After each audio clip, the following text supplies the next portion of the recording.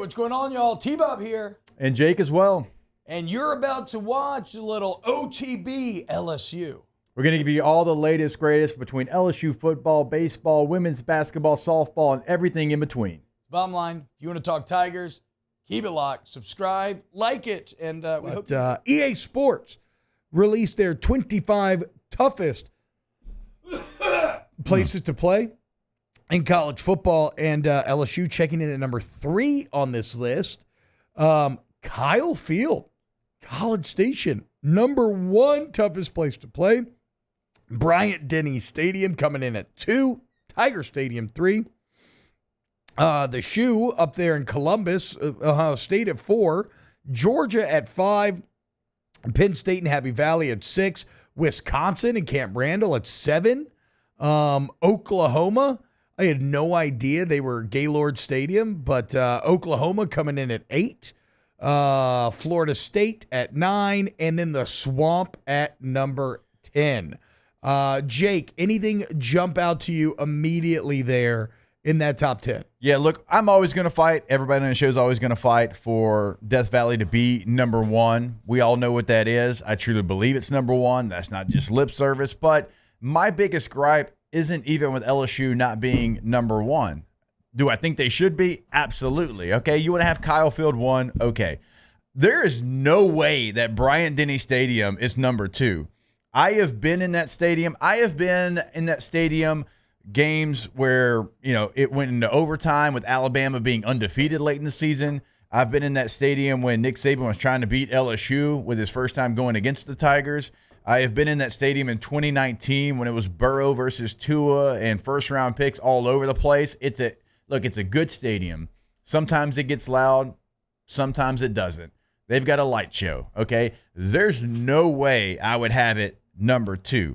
And the fact that it's at number 2 and their biggest rival, the Auburn Tigers, are down at number 14, there's not 13 stadiums louder than Jordan-Hare Stadium.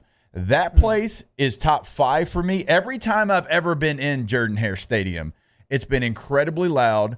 It's one of the best venues in the SEC.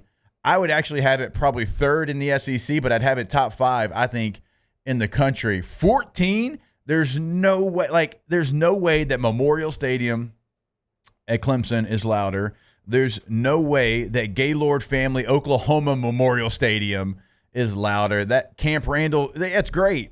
It's not louder than Jordan-Hare Stadium. That's crazy. So this is actually fascinating to me then from a perspective issue, because I've actually always been a bit of a Jordan-Hare hater. Everybody's it's all a function of I don't know, just experience. I would have Jordan-Hare in the top 10, but I have never, and maybe just because, outside of the one Cam Newton year, I think we beat Auburn every year. And so again, it's like, whatever. It didn't How many times have you been there?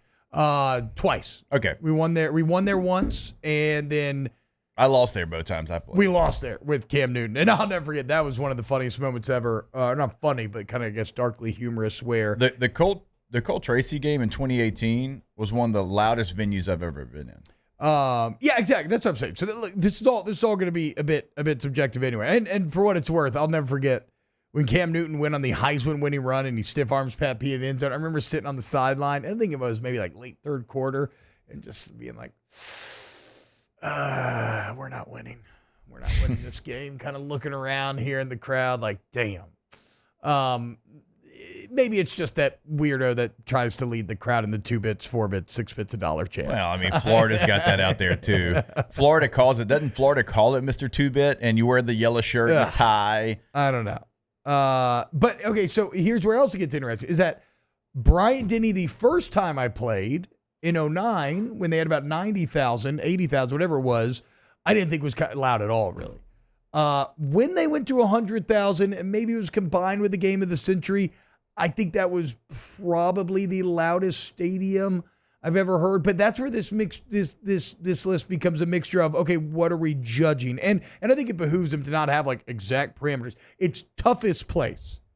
And if you combine, maybe, because I do think that was a decade ago. I think Bryant-Denny's crowd in the ensuing decade has gotten older and richer and sits on their hands more, right? Because they don't have desperation. They're it's like going to a game and like the Capitol in Hunger Games or something. These are people that kind of expect to be there. But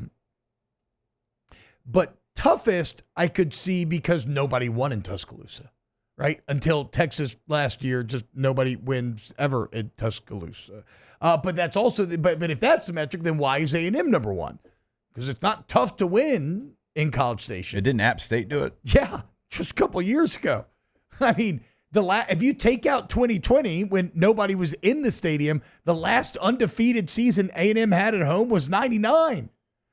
But in terms of just pure loudness and insanity of the fans, like I could see them being number one. So I don't exactly know the metric here. I will say this, for whatever this is worth, to take our local bias out of it, 4 of the 5 of the Athletics college football writers that covered this story, 4 of the 5 said they believe that Death Valley should have been number one on this list. So this is not, if you are an LSU fan and you're saying, "Rawr, how are we not higher?" It's not,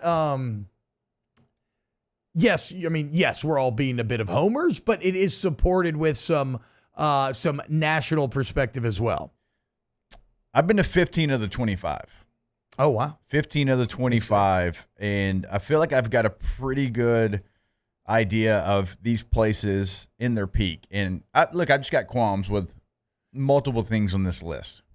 Like Beaver Stadium being 6 and Ohio Stadium being 4. Like Yeah, I didn't understand that either. I even had Bobby on yesterday, and Bobby was like, I don't know about that. The Horseshoe doesn't need, I mean, it's not even a full stadium. Yeah, Beaver Stadium's great. That's what I'm saying. I mean, the surrounding areas and how long it takes to get there and things around it, not great. But once you do actually get there to Happy Valley, it's great. The whiteout, I was surprised to see Ohio State. Neyland being down at 13, too, and seeing some of the teams that are ahead of them. Like, Neyland's not the most crazy crowd at times. But when they're loud, it's, I mean, again, I would agree with you. That was one that jumped off the page. We played there in 2006. Great game, 2 top 10 teams, and it was more of a golf clap crowd. But since then, they've kind of changed the narrative, and now you see a different age of Tennessee fan. We played there in 11, and it was a close game for the first half. Second half was just an absolute throttling. But it was one of the loudest places we ever played in that first half. I think the Swamp being behind Sanford is ridiculous. Unless, of course, we're saying Georgia's tough to play because of Kirby Smart. And like the players, but they'd be tough to play Georgia. out in the parking lot. They'd be tough to play on a battleship. They'd be tough to play anywhere. Nothing about the Hedges stands out to me as being that extra normal. Like it doesn't even feel that much crazier than like playing at South Carolina did. The Swamp felt extra normal. Again, maybe it's my perspective of playing them during the Urban Meyer era, and there's like, Brandon Spikes and company lined up across from you. But still, the Swamp. I would flop Georgia and the Swamp here. And I also like the style of fan, the type of fan, right? The hate.